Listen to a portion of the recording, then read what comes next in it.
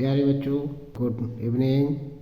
आपके लिए कुछ रूल्स लाए हैं ग्रामेटिकल, जो इंटर लेवल पर काम आते हैं, हाई स्कूल लेवल पर काम आते हैं, यानी जहाँ पर आप पढ़ते हैं उस लेवल काम आता है।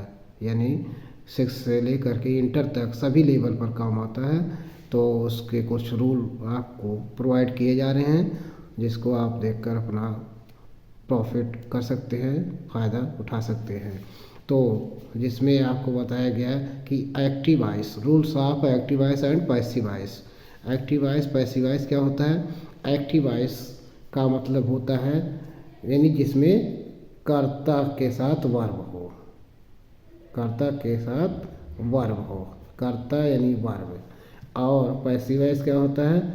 ऑब्जेक्ट हो, यानी कर्म हो, कर्म प्लस वर्ब हो। तो ये आपका पैसिव वॉइस होता है, ये एक्टिव वॉइस होता है। जहाँ कर्ता के साथ वर्ब रहेगा वो एक्टिव वॉइस है, और जहाँ कर्म के साथ वर्ब रहेगा वहाँ पैसिव वॉइस होगा। तो इसको हम रूल बाय रूल देखते हैं। तो देखा जा रहा है कि नंबर 1 दिया है आपका प्रेजेंट इंडेफिनिट टेंस। तो टेंस के हिसाब से हमको रूल देखना है, टेंस बाय टेंस है। तो जितने टेंस बनाए जाते हैं उस सभी टेंस के बारे में जानकारी दी जा रही है जो बनाए जाते हैं एक्टिव से पैसिव वॉइस। तो नंबर 1 रूल है प्रेजेंट इंडेफिनिट टेंस, जिसमें रूल होता है कि ऑब्जेक्ट को लाते हैं सब्जेक्ट के स्थान पर। तो object is are am, present indefinite में इज आर एम कोई सहायक क्रिया लेते हैं, उसके बाद वर्ब का थर्ड फॉर्म होते हैं और प्लस बाय प्लस सब्जेक्ट जो होता है। तो इस तरह से हम प्रयोग करते हैं, ये रूल है। और दूसरा नंबर दिया है प्रेजेंट कॉन्टिन्यूअस। तो प्रेजेंट कॉन्टिन्यूअस का रूल है ऑब्जेक्ट को सब्जेक्ट का स्थान पर करते हैं, सब्जेक्ट को ऑब्जेक्ट का स्थान पर। तो ऑब्जेक्ट को लाते हैं पीछे से, और object is are am plus being plus verb का third form plus by plus subject. तो इस प्रकार से आपका प्रेजेंट कॉन्टिन्यूअस का ये रूल है। और प्रेजेंट परफेक्ट टेंस फिर आता है उसके बाद। प्रेजेंट परफेक्ट टेंस में क्या होता है कि ऑब्जेक्ट यानी सभी में ऑब्जेक्ट पहले आएगा जब पैसिव वॉइस बनेगा। तो पैसिव वॉइस बनने के लिए ऑब्जेक्ट को आपको पहले लाना पड़ेगा उसके बाद। और प्रेजेंट परफेक्ट क्यों आते हैं? तो हैज या हैव प्लस बीन और प्लस वर्ब का third form plus by plus subject. तो ये होता है प्रेजेंट परफेक्ट टेंस का रूल। और उसके बाद आपका है आपका चौथा पास्ट इंडेफिनिट। तो पास्ट इंडेफिनिट का रूल है कि ऑब्जेक्ट प्लस वाज या वर्ब प्लस वर्ब का third form plus by plus subject. तो इस प्रकार से ऑब्जेक्ट को सब्जेक्ट, सब्जेक्ट को ऑब्जेक्ट करेंगे तब आपका पैसिव वॉइस बनेगा। और 5 नंबर है आपका पास्ट कॉन्टिन्यूअस। पास्ट कॉन्टिन्यूअस में भी उसी तरह से करते हैं, ऑब्जेक्ट का सब्जेक्ट, सब्जेक्ट का ऑब्जेक्ट के स्थान पर रखते हैं, और उसके बाद वाज या वर्ब प्लस बीइंग और उसके बाद वर्ब का third form plus object subject करते हैं। और ऐसे बाय भूल गया है, सॉरी, तो बाय लगा करके तब सब्जेक्ट करते हैं, ठीक है। और पास्ट परफेक्ट टेंस तो है जिसमें ऑब्जेक्ट का सब्जेक्ट करेंगे तो ऑब्जेक्ट आएगा और हैड बीन प्लस वर्ब का third form plus by plus subject. तो इस प्रकार से पास्ट परफेक्ट का ये रूल होगा। और उसके बाद future indefinite tense. Future indefinite tense में क्या होता है? 7 नंबर है ऑब्जेक्ट प्लस विल बी या शैल बी, यानी फ्यूचर में विल बी या शैल बी लगता है और वर्ब का third form plus by plus subject. तो ये फ्यूचर इंडेफिनिट हुआ। और future perfect, future perfect future continuous का नहीं बनता, फ्यूचर परफेक्ट कंटिन्यूअस का नहीं बनता है। और प्रेजेंट और पास्ट के दोनों परफेक्ट कंटिन्यूअस में नहीं बनता है। तो 4 नहीं बनता है, बाकी 8 का बनता है। तो 8वां नंबर है फ्यूचर परफेक्ट टेंस।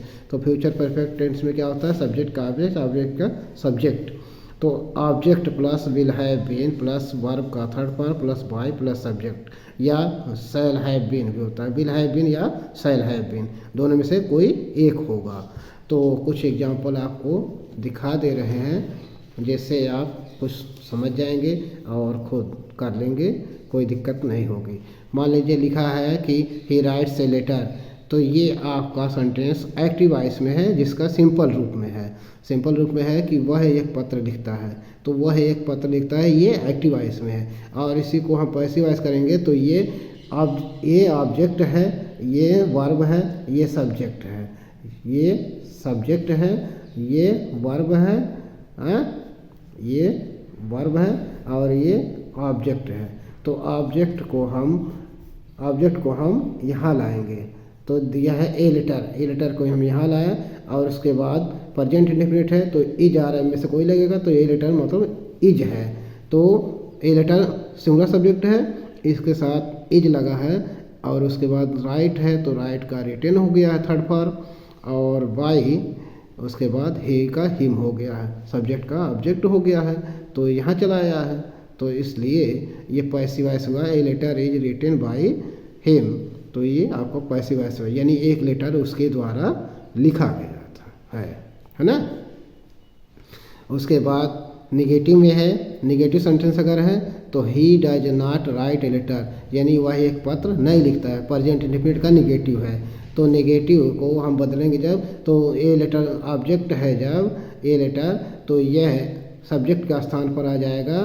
तो सब्जेक्ट के स्थान पर आएगा तो ए लेटर इज नॉट, जैसे निगेटिव में अगर का ना प्रेजेंट इंडेफिनिट का निगेटिव है तो उसको पैसिव वॉइस भी एक्टिव वॉइस को, अगर एक्टिव वॉइस निगेटिव में है तो पैसिव वॉइस भी निगेटिव में बनाएंगे।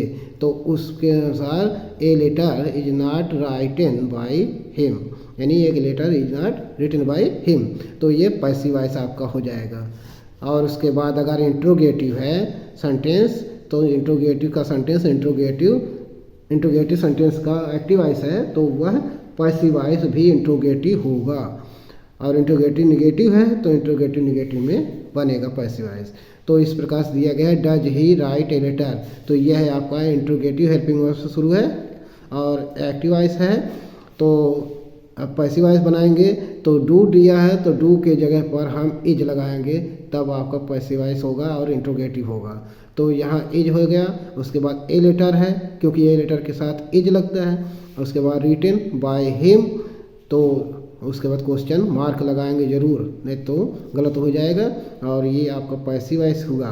तो इस प्रकार से जो 3 सेंटेंस बनाए गए हैं, सिंपल, नेगेटिव, इंट्रोगेटिव 3 बनाए गए हैं, तो यह तीनों आप क्या करेंगे, सभी जो 8 प्रकार के टेंस बताए गए हैं जिनका पैसिव वॉइस बनता है उस पर आप लागू करके उस टेंस के हिसाब से आप बना लेंगे और उसके बाद अपना रोल अपने हिसाब से अपना एग्जाम्पल खुद करेंगे और जिससे सहायता होगी आपकी और कोई दिक्कत नहीं आनी चाहिए। तो अगर कोई दिक्कत आती है तो फिर देखा जाएगा, नहीं तो फिर आप लाइक एंड सब्सक्राइब ज़रूर करें। Thank you watching for this video. नमस्कार, गुड बाय।